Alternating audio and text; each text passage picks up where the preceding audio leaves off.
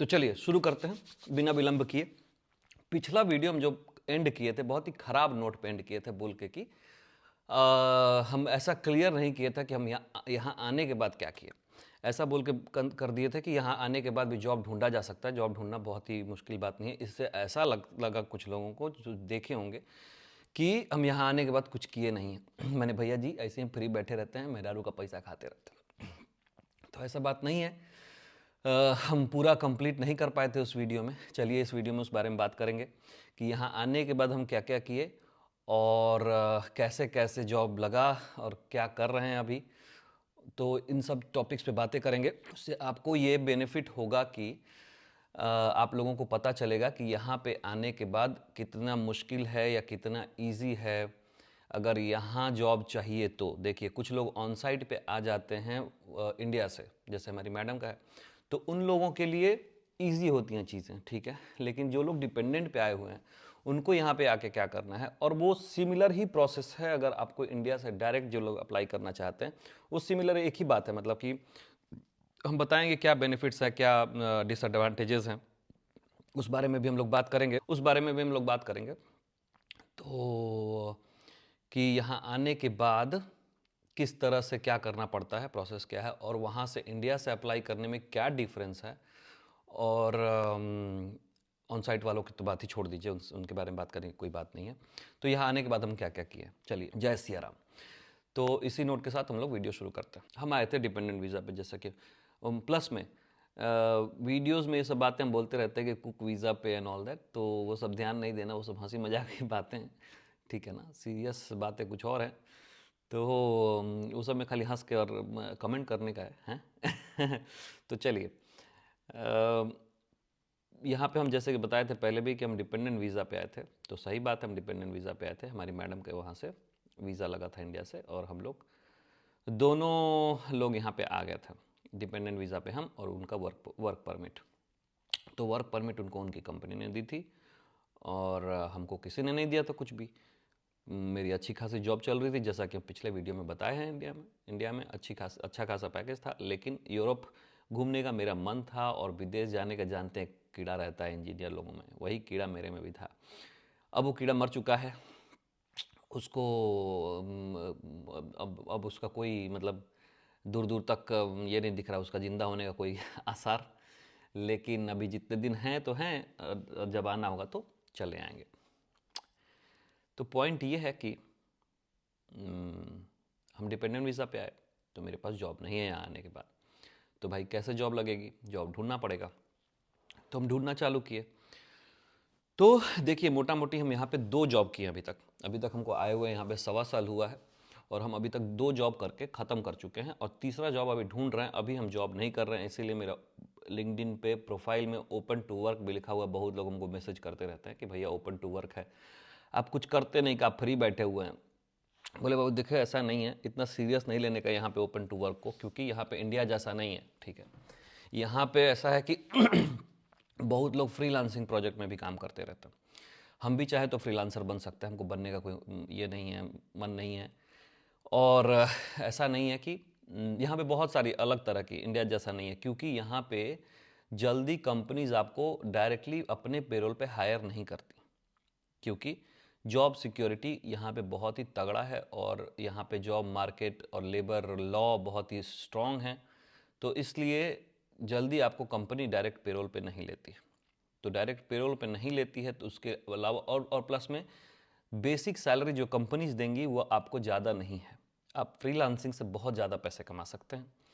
आप फ्रीलांसिंग के अलावा आप एज अ कॉन्ट्रैक्टर बहुत पैसे कमा सकते हैं। तो आपको लगता है कि आपका स्किल बहुत ही डिफरेंट है, नया है, और आपको जॉब्स मिल जाएंगी, तो आप फ्रीलांस करिए।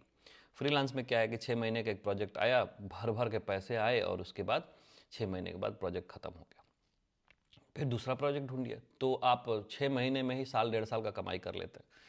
बट हमको फ्रीलांसर नहीं बनना, हम कॉन्ट्रैक्टर काम करते थे। कॉन्ट्रैक्ट जॉब मिलना देखिए बहुत बहुत आसान तो नहीं है, लेकिन थोड़ा इजी है। तो हम 2 कॉन्ट्रैक्ट जॉब अभी किए हैं 6-6 महीने का।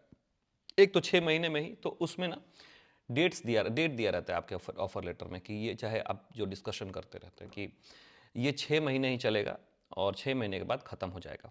तो पहला मेरा जॉब ऐसा था कि 6 महीने के लिए ही था, हम लोग दोनों अग्रीड थे इस पे। तो 6 महीने के बाद वो ख़त्म हो गया। दूसरा जो जॉब था मेरा वो भी कॉन्ट्रैक्ट था। पहला जॉब जो था वो आईएनजी बैंक में था एज ए कॉन्ट्रैक्टर, और दूसरा जॉब जो था वो डीएचएल में था as a contractor, DHL courier services. तो दूसरा जो जॉब था वो मेरा इनडेफिनिट कॉन्ट्रैक्ट का था, लेकिन हमको उसका प्रोफाइल पसंद नहीं आया। तो हम 6 महीना करके और म्यूचुअल अग्रीमेंट में हम बोले कि देखिए हम नहीं कर पाएंगे। वो नाइट कॉलिंग वॉलिंग था, बहुत ही बकवास था। तो बात यह है कि मेरे नीश का यहाँ पे हमको जॉब नहीं मिलता है, तो हमको कुछ भी यहाँ पे लेना पड़ता है, क्योंकि मेरा टेक्नोलॉजी अलग है इन लोगों से। हम थोड़ा सा मार्केटिंग, थोड़ा सा उधर इन्वेस्टमेंट बैंकिंग की तरफ चले गए थे अपने फिनटेक में, तो मेरा उस तरह का प्रोफाइल हो गया। तो यहाँ पे जल्दी नहीं मिलता है, तो हमको यहाँ पे जो भी मिलता है ऐसा लेना पड़ता है। तो हम 2 जॉब यहाँ पे किए, पहला आईएनजी में, दूसरा डीएचएल में। और दोनों जॉब, दूसरा वाला हमको प्रोफाइल उतना पसंद नहीं आया, तो हम खुद ही से बोले कि देखिए हमसे नहीं हो पाएगा। और हम अभी वैसे भी नवंबर वंबर घर वर जाएंगे, तो आते हैं 3 एक आध महीना घूम के, तो घर से घूम के आए यहाँ पे। और दिसंबर में स्लो रहता है, जनवरी में स्लो रहता है, तो अभी हम जॉब सर्च में ही हैं, बातें चल रही हैं, कहीं ना कहीं हो जाएगा। तो यहाँ इंडिया जैसा नहीं है कि एक जॉब चली गई तो दूसरा मिलना बहुत मुश्किल है, दूसरा होगा ही नहीं। देखिए, जब तक कि आपके पास वीज़ा है, जब तक कि आपके पास वीज़ा है, डिपेंडेंट वीज़ा है, तो डिपेंडेंट वीज़ा पे आप काम कर सकते हैं यहाँ पे। इट्स नॉट द यूएसए में ऐसा है कि डिपेंडेंट वीज़ा पे हमको लगता है, जितना हमको पता है अपने दोस्तों यारों से, कि डिपेंडेंट वीज़ा पे काम करना मुश्किल है। तो यहाँ पे ऐसा नहीं है, आप डिपेंडेंट वीज़ा पे आएंगे तो आप काम कर सकते हैं, आपको भी उतनी ही सैलरी, जबकि आपको यहाँ तक कि ऑन साइट वालों से बेनिफिट्स ज़्यादा हैं, क्योंकि आप यहाँ के लोकल एम्प्लॉय बनेंगे, आप यहाँ पे लोकली टैक्स फाइल करेंगे, तो आप यहाँ के लोकल आदमी बन जाएंगे। आगे चल के आपको अगर परमानेंट रेसिडेंसी किसी को चाहिए, या किसी को यहाँ का बेल्जियन पासपोर्ट चाहिए, तो वो इजीली मिल जाता है, जो लोग लोकल एम्प्लॉय रहते हैं। तो ऑन साइट वालों के लिए ये सब चीज़ें नहीं हैं, लेकिन हम लोग अगर लोकल एम्प्लॉय बन के आते हैं तो हम लोगों के लिए ये चीज़ें ईजी रहती हैं। तो इसी बात को आगे बढ़ाते हुए, तो हम 1 से सवा साल काम किए, दूसरा जॉब खुद से क्विट किए, इंडिया वाला जॉब भी खुद से क्विट किए। और यहाँ पे आने के बाद टैक्स हम फाइल करते हैं लोकली, तो इसीलिए मेरी वैल्यू थोड़ी ज़्यादा है ऑन साइट वालों से, बेल्जियन इसके हिसाब से। तो इसीलिए हम बता रहे हैं आपको कि आपको ये सब कैसे हेल्प करेंगी ये सब बातें। कहें कि आप चाहिए तो आप डायरेक्टली अप्लाई कर लीजिए, या आप चाहें तो अगर आपके किसी स्पाउस का अगर वीज़ा लग रहा है तो आप उनके डिपेंडेंट बन के भी आ सकते हैं, प्रॉपर नौकरी कर सकते हैं, उनसे ज़्यादा बेनिफिट्स मिलेंगी आपको।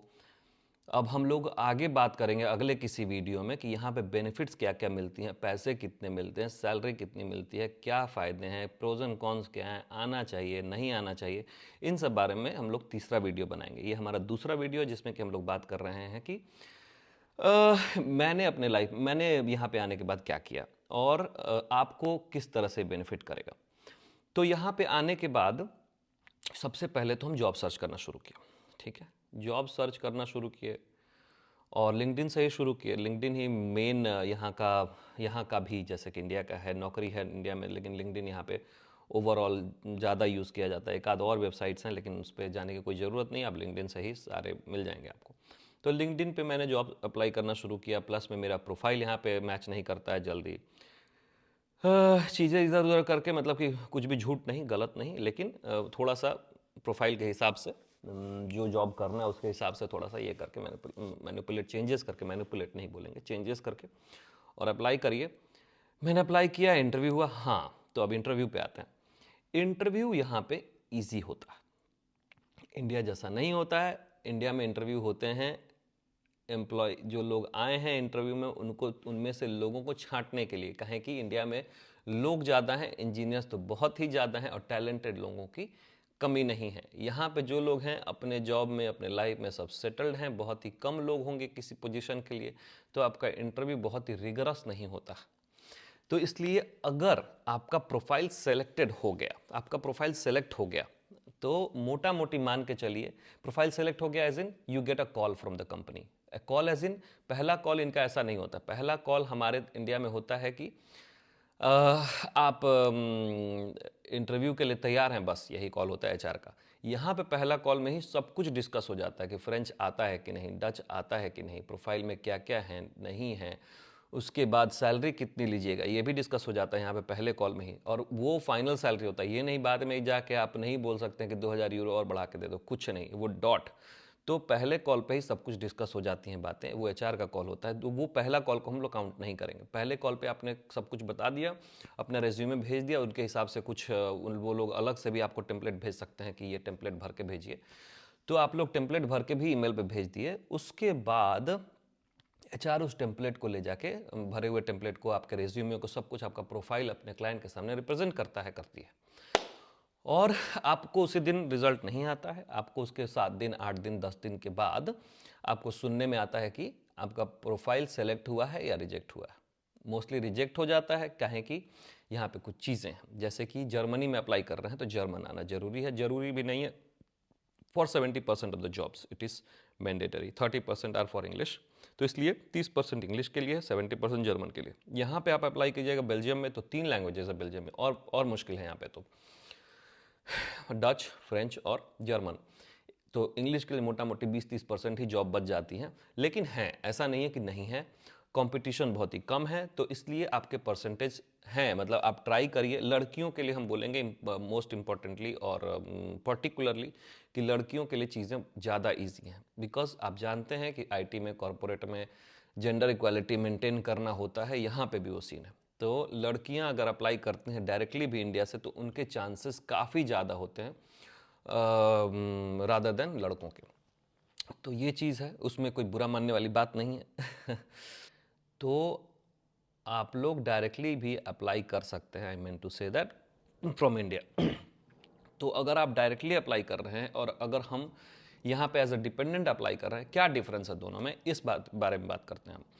तो आप अगर डायरेक्टली अप्लाई कर रहे हैं वहाँ से, तो आपके पास कोई भी ना वर्क परमिट है, ना कोई वीज़ा है यहाँ का, ना डिपेंडेंट, ना कुछ है। तो आपका ना यहाँ पे कुछ जॉब्स, हम तो उधर अभी तो लैंग्वेज के बारे में बात कर रहे हैं, अब नेक्स्ट आते हैं। Only some jobs are for sponsored visa, वहाँ पे लिखा रहेगा कि स्पॉन्सर्ड वीज़ा, हम लोग वीज़ा स्पॉन्सर करेंगे आपका कि नहीं करेंगे। Most of the jobs, plus में कंसल्टेंसी वाले जॉब्स, इनमें वीज़ा स्पॉन्सर नहीं होता, होता है किसी किसी कंसल्टेंसी में भी, लेकिन मोस्टली की बात कर रहे हैं। तो अगर आप एज अ डिपेंडेंट या as from India directly apply कर रहे हैं, एज अ डिपेंडेंट अप्लाई कर रहे हैं, तो मेरा उस कंसल्टेंसी में हो जाएगा, लेकिन आपका नहीं होगा, क्योंकि उस पर लिखा हुआ है कि नो स्पॉन्सर्ड वीज़ा। तो आपके लिए वीज़ा स्पॉन्सर वो लोग नहीं करेंगे, पर मेरे लिए, हमको वीज़ा की ज़रूरत ही नहीं है, मेरे पास तो वीज़ा पड़ा हुआ है।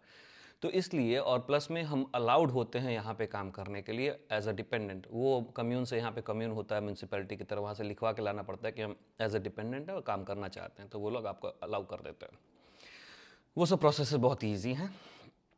तो मेरे पास और आपके पास, आप इंडिया से अप्लाई कर रहे हैं, हम यहाँ से अप्लाई कर रहे हैं, तो आपके पास कोई वीज़ा नहीं है, आप कहीं भी लेकिन अप्लाई कर सकते हैं, हम भी कहीं भी अप्लाई कर सकते हैं पूरे यूरोप में, आप भी कहीं भी अप्लाई कर सकते हैं। लेकिन हर जगह की सैलरी सेम नहीं है, हर जगह देखना पड़ता है। प्लस में अगर आप इस साइड के, बेल्जियम साइड के यूरोप में आए, नीदरलैंड्स में, जर्मनी में, तो इधर सैलरी ज़्यादा है compare to that part of Europe, I think eastern part of Europe. तो इसलिए आप इधर आने की कोशिश करें, और डायरेक्टली अगर आप अप्लाई करते हैं वहाँ से, तो आपके पास कोई वीज़ा नहीं है, तो आपको सिर्फ उन जॉब्स में अप्लाई करना है। देखिए ध्यान से सुनिएगा, फिर से बोल रहे हैं, आपको सिर्फ उन जॉब्स में अप्लाई करना है जिसमें कि लिखा रहे कि स्पॉन्सर्ड वीज़ा, स्पॉन्सर्ड वीज़ा। आपको सिर्फ उन जॉब्स में अप्लाई करना है जिसमें कि लिखा रहे स्पॉन्सर्ड वीज़ा, तो आपको वीज़ा स्पॉन्सर कर देंगे ये लोग। इससे पहले कि वीज़ा स्पॉन्सर करने से पहले आपका प्रोफाइल, सब कुछ टेम्पलेट ले जाएंगे और अपने क्लाइंट को प्रेजेंट करेंगे। क्लाइंट को पसंद आए, आपको कॉल आ गया, कॉल अगर आ गया आपको, देखिए मोटा मोटी हम बता दें, कॉल अगर आ गया, क्लाइंट आपका, एचआर वाला कॉल नहीं, एचआर के बाद वाला कॉल, ठीक है ना, तो 80% मान के चलिए कि आपका हो गया है, 80 ज़्यादा हो गया, 70 कर लीजिए। अगर आपको इनिशियल, एचआर के इनिशियल कॉल के बाद दूसरा कॉल आ गया कि क्लाइंट ने आपका प्रोफाइल पसंद कर लिया है, उसके बाद 70% मान के चलिए कि आपका हो जाएगा, क्योंकि क्लाइंट अगर पसंद करती है यहाँ पे तो सब कुछ देख के कि इसका वीज़ा है कि नहीं, तो वीज़ा नहीं है तो स्पॉन्सर करने के लिए तैयार हैं, तभी वो लोग आपको पसंद करेंगे। इसको फ्रेंच का रिक्वायरमेंट है, इसको फ्रेंच आता है कि नहीं, फ्रेंच का रिक्वायरमेंट नहीं है तो इंग्लिश इसको आता है कि नहीं, तो सब कुछ देखने के बाद पूरा प्रोफाइल बढ़िया से एनालाइज, 7 दिन 10 दिन ये लोग लेते हैं प्रोफाइल एनालिसिस में, 15 दिन भी ले सकते हैं, तो उसके बाद ये लोग आपको कॉल करते हैं। तो मोटा मोटी अगर जिन लोगों को भी कॉल आ गए प्रेजेंट करने के बाद का, तो वो मान के चलिए कि 70% आपका हो गया, और बाकी 30% में आपसे सिर्फ बातें ही होती हैं, और बातों में हो सकता है कि कोई एक आध लोग आपका कॉम्पिटिटर है, उनसे अगर आप बढ़िया बात करते हैं, थोड़ा सा बहुत ही कम चांसेस हैं उसके, तो ठीक ना। तो इसलिए आपको सिर्फ और सिर्फ एचआर की इनिशियल कॉल के बाद सेकंड कॉल चाहिए, ठीक है ना। तो सेकंड कॉल के बाद मान के चलिए कि आपका हो गया, अगर आपका सेकंड कॉल भी अच्छा निकल गया तो मान के चलिए कि 90% आपकी चीज़ें क्लियर हो गई। तो आपको जॉब्स में अप्लाई करना है सिर्फ इंग्लिश और सिर्फ स्पॉन्सर्ड वीज़ा। बार बार हम बोल रहे हैं, पिछले वीडियो में भी हम बोले हैं, सिर्फ इंग्लिश और सिर्फ स्पॉन्सर्ड वीज़ा आपको जॉब चाहिए, बाकी आप जॉब को देखे भी नहीं। प्लस में कुछ जॉब्स होंगी जो कि जॉब लिस्टिंग्स होंगी जो कि आपका फ्रेंच में लिखा होगा, डच में लिखा होगा, जर्मन में लिखा होगा, पढ़ने की ज़रूरत ही नहीं है। ओके, इतना हम रिसर्च करके बैठे हुए हैं। मोटा मोटी कभी कभी चांसेस आर देयर कि उनमें से कोई एक आपको रिस्पॉन्ड कर दे हज़ारों में से, तो उतना ऑड्स लेके नहीं चलेंगे हम लोग। प्लस में देखिए, लंदन में मतलब यूके जाना थोड़ा और मुश्किल है, यूरोप आना तो थोड़ा इजी भी है। यूके ने जब से ब्रेक्सिट किया है, अपने आप को तोड़ लिया पूरे यूरोप से, तब से यूके जाना थोड़ा और मुश्किल हो गया। तो यूके की जॉब्स आपको अप्लाई करनी है तो करिए, नहीं करनी है तो मत भी करिए, लेकिन करिए, हम तो यही कहेंगे करिए, क्योंकि वो जॉब्स इंग्लिश में होती हैं, तो वहाँ पे चांसेस आपके बढ़ गए प्लस पहले से ही, क्योंकि वहाँ पे किसी दूसरे लैंग्वेज की रिक्वायरमेंट नहीं है, तो आप वहाँ से छट नहीं रहे हैं। प्लस में रिस्पॉन्ड नहीं करेंगे वो लोग, ठीक है, यहाँ से भी लोग जल्दी रिस्पॉन्ड नहीं करेंगे, लेकिन अगर रिस्पॉन्ड किया है इसका मतलब कि they are interested in your profile, they are interested in you. बढ़िया रेज्यूमे लिखिए, बढ़िया से रेज्यूमे लिखिए, क्योंकि आपसे ये लोग बातें कम करते हैं, एकदम कम करते हैं। आपसे सिर्फ आपके बारे में, आपकी ज़िंदगी के बारे में, आपके ये आपसे पूछते नहीं है कि ये कोड लिख के दिखा दो, रन करके दिखा, बिना इक्लिप्स के रन करके दिखा दो जावा, तो ऐसा कुछ नहीं है। ये लोग बातें ही करते हैं, लेकिन उससे पहले आपको अपना रिज्यूमे प्यारा से लिखना पड़ेगा। यूरोपियन स्टाइल में रिज्यूमे लिखिए, आपको टेम्पलेट मिल जाएगा, नहीं मिलेगा तो हमको मैसेज करिए, हम आपको टेम्पलेट भेज देंगे। नहीं बुझाया आप तो यूरोपियन स्टाइल में रेज्यूमे लिखिए, बढ़िया रेज्यूमे लिखिए, कीवर्ड्स बार बार होने चाहिए। लिंक्डइन एकदम प्यार से लिखिए, हम नहीं लिखे हैं लिंक्डइन प्यार से, कहें कि हम उतना एक्टिवली जॉब ढूंढ भी नहीं रहे। देखिए, हमारा एक दूसरा भी ज़िंदगी है इधर अपना, उसको उस पर भी ध्यान देना पड़ता है। आप लोग एक्टिवली जॉब सर्च कर रहे हैं, इसलिए आप लोगों को बोल रहे हैं कि आप लोग प्यार से लिखिए रेज्यूमे, बैठ के लिखिए, एकदम बढ़िया बढ़िया कीवर्ड्स बार बार आने चाहिए, इंपॉर्टेंट कीवर्ड्स। आपका लिंक्डइन भी प्यार से बना होना चाहिए, एक आध रिकमेंडेशन है लिंक्डइन पे तो और बढ़िया है। और सर्च में लगे रहिए। ज्ञान अगर चाहिए तो हम ज्ञान बताते हैं आपको कि इस पे सक्सेस का एक ही मंत्र है, बार बार फेल होना, ठीक है। फेलियर को फेलियर की तरह नहीं लीजिए, उसको सीख, मतलब लोग बोलते हैं लर्न फ्रॉम योर फेलियर्स, जरूरी नहीं है कि लर्न, हम तो ये बोल रहे हैं जरूरी नहीं है कि लर्न, उसको छोड़ दो एज अ फेलियर, लेकिन उसको याद मत करो। अगर नहीं मन है तो याद भी मत करो, जैसे ही फेल हुए उसी समय अगले का तैयारी शुरू कर दो, दिमाग से वो फेलियर चला जाएगा कि क्या हुआ था कल। तो इसलिए मेरा रिजेक्शन आता है, हम देखते भी नहीं, रिजेक्शन अनफॉर्चुनेटली देखे, चलो आगे बढ़ो भाई। तो इसलिए हम फेलियर को फेलियर की तरह लेते ही नहीं है। फेलियर को देखिए, मार्केट है दुनिया, ठीक है ना, बढ़िया से समझाते हैं आपको, ज्ञान ज्ञान ज्ञान टाइम। दुनिया इज अ मार्केट। कोई आपको पसंद करेगा, किसी को आप पसंद करेंगे। कोई जॉब आपको पसंद आएगा, किसी जॉब को आप पसंद आएंगे। कोई आपको रिजेक्ट करेगा, किसी को आप रिजेक्ट कर रहे हैं। तो इसलिए दुनिया is just market, demand and supply की बातें हैं, ठीक है। जहाँ पे डिमांड ज़्यादा रहेगा वहाँ पे तुरंत आपका इंटरव्यू में हो जाएगा, जहाँ पे डिमांड कम रहेगा वहाँ पे एकदम नहीं हो, चाहे आप कुछ भी कर लीजिए।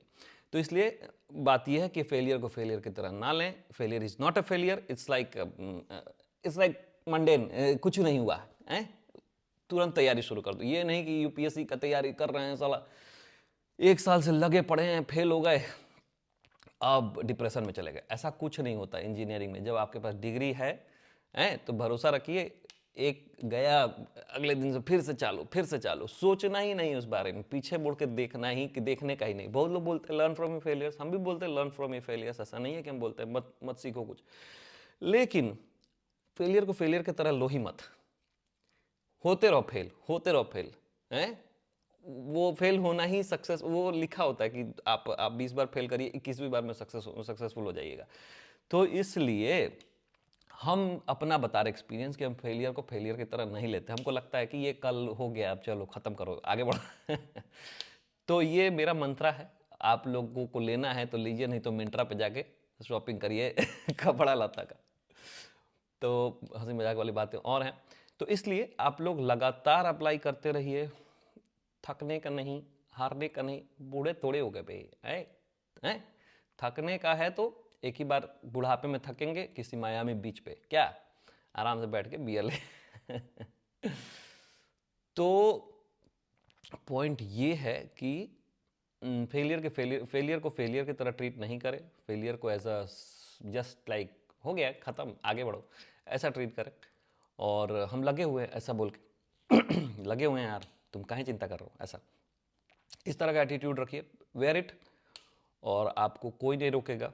आज नहीं तो कल होगा ही, जो लोग लगे हुए हैं उनका हो ही जाता है। आप प्यार से जॉब भी अप्लाई करें, जिन लोगों के पास मास्टर्स डिग्री है वो थोड़ा मास्टर्स को और हाईलाइट करें,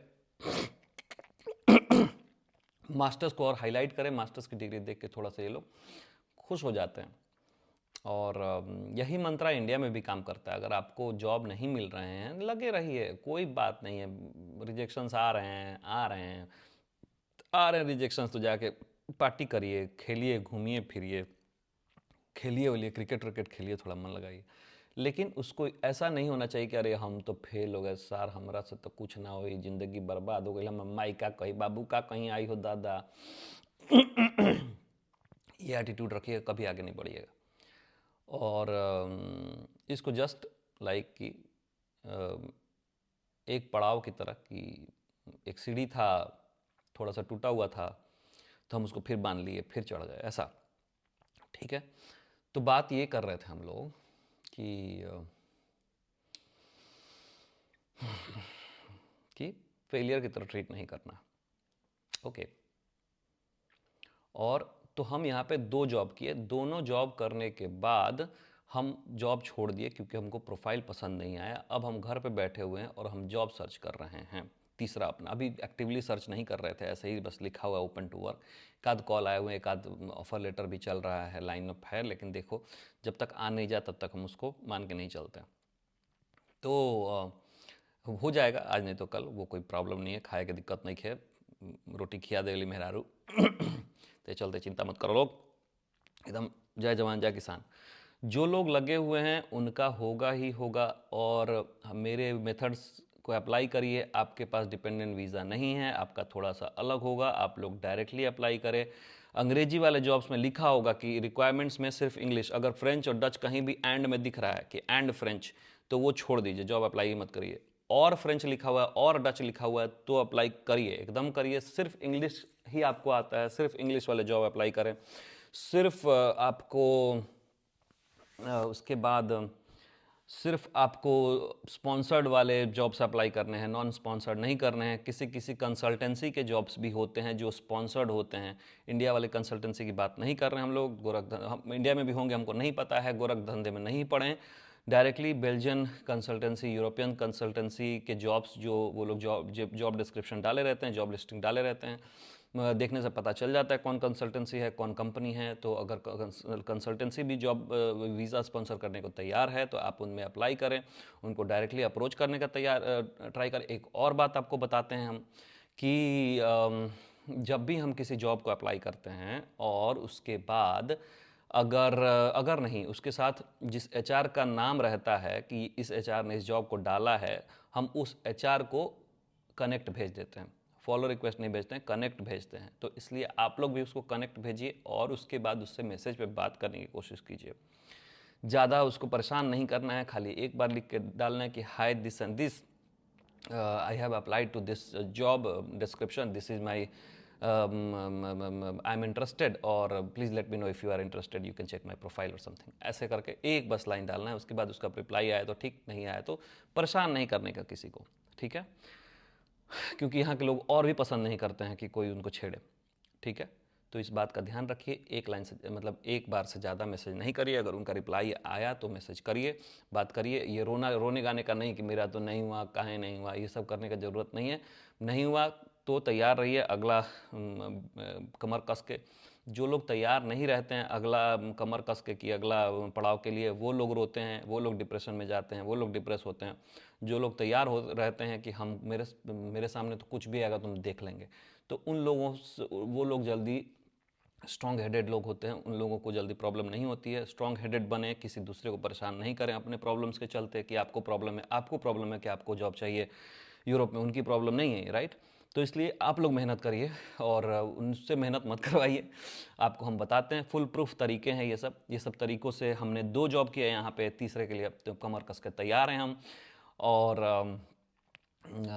तो इसी तरह से आप लोग भी अप्लाई करते रहें, आप लोग भी स्पॉन्सर्ड और अंग्रेजी वाले जॉब्स अप्लाई करते रहें। और कोई प्रॉब्लम हो तो हमको बताएं, यूरोपियन टेम्पलेट चाहिए तो हमको बताएं, हम अपना तो नहीं भेजेंगे, भेज भी सकते हैं, लेकिन देखते हैं, मतलब हम टेम्पलेट बता देंगे कौन सा टेम्पलेट होता है।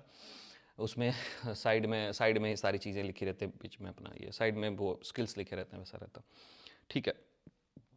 कवर लेटर अगर हो सके तो कवर लेटर लिख लें, अपने बारे में मोटिवेशन मांगते हैं कभी कभी कि what is your motivation of life, तो एक छोटा सा कवर लेटर लिख लें कि I want to work in Europe because I have been fascinated, ये वो मेरा प्रोफाइल मैच करता है, मेरा ये मैच करता है, आपकी कंपनी बहुत अच्छी है, जो भी है कंपनी के बारे में पढ़ें, थोड़ा सा उनको बताएं कि ये पसंद आया आपको, ठीक है ना। तो ये सब मोटिवेशन लेटर भी लिख सकते हैं, कवर लेटर भी लिख सकते हैं, वो टेम्पलेट आ जाता है, बिंग से भी लिखवा सकते हैं, बिंग चैट से चैट जीपीटी से। तो इस तरह से आप लोग करें और फुल प्रूफ तरीका है ये, ऐसा नहीं कोई आपको बरगला रहा है, हमको 1 रुपया नहीं चाहिए आप लोगों से, और हमको आप लोगों से व्यू भी नहीं चाहिए कि आप मेरा वीडियो ज़बरदस्ती देखिए, पसंद आए तो देखिए, नहीं पसंद आए तो कोई बात नहीं है, घर नहीं चलता मेरा इससे, घर चलाने के लिए तो इसलिए आप लोगों के बेनिफिट के लिए, फ़ायदे के लिए सिर्फ वीडियो बनाते हैं हम अभी। तो बाद में हो सकता है कि हमको भी बेनिफिट मिलने लगे इससे, लेकिन अभी आप लोग इसका फ़ायदा उठाएं, 100% यूज़ करें मेरे तरीक़ों को, ट्राई करके देखें। किसी ना किसी का 2-4 लोग तो ज़रूर बोलेंगे कि भैया मेरा आपके तरीके से हो गया है यहाँ पे, तो हमको बड़ा अच्छा लगेगा सुन के। और आइए यहाँ पे तो बताइए हमको कब पहुँचे आप लोग, और तब तक के लिए नमस्कार। तीसरे वीडियो में हम लोग बात करेंगे कि किस तरह से यहाँ पे सैलरी कितनी मिलती है, यहाँ पे सैलरी कितनी मिलती है, क्या होता है, रेंट कितना है, खर्चा कितना होता है, किस कंट्री में जाने पे फ़ायदा ज़्यादा है, किस कंट्री में जाने पे फ़ायदा कम है, कहाँ पे प्रॉब्लम्स ज़्यादा आएंगी, कहाँ पे इमिग्रेंट्स को ज़्यादा वैल्यू देते हैं, इन सब बारे में हम लोग बात करेंगे इन आवर नेक्स्ट वीडियो। तब तक के लिए नमस्कारम, बाय बाय।